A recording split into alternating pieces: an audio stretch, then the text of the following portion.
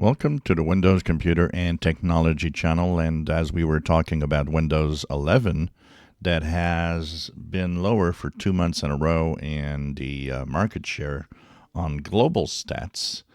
One thing for sure is on the gaming side. If you look at the Steam data, it is the other way around. Windows 11 is really going up and going up fast. It gained 5% market share with this month to 70.8%.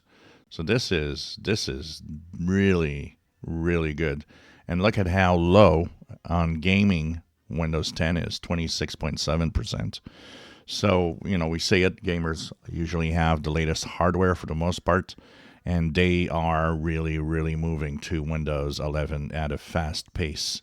And it's even maybe a little faster. Instead of, using the extended security, most of them are just moving on to Windows 11. So this is an interesting, I'd say kind of a weird way of seeing things when you compare both the gamers going up fast and the global stats moving lower 2 months in a row. Regular folks do not change their operating system. The regular folks just stay with whatever they have.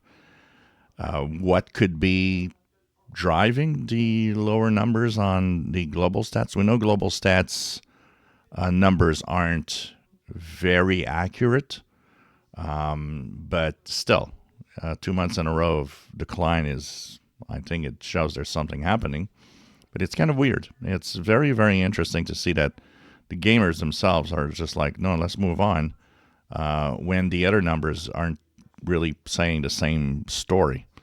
So we'll see what happens with that. But definitely, if we look at the Steam numbers, Windows 11 dominates. And dominates like crazy. And you could see that Mac OS is a very small number. Linux are very small numbers also.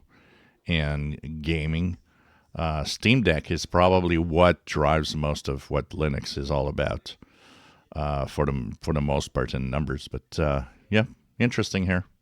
If you enjoy my videos, please subscribe, give us thumbs up. Thank you for watching.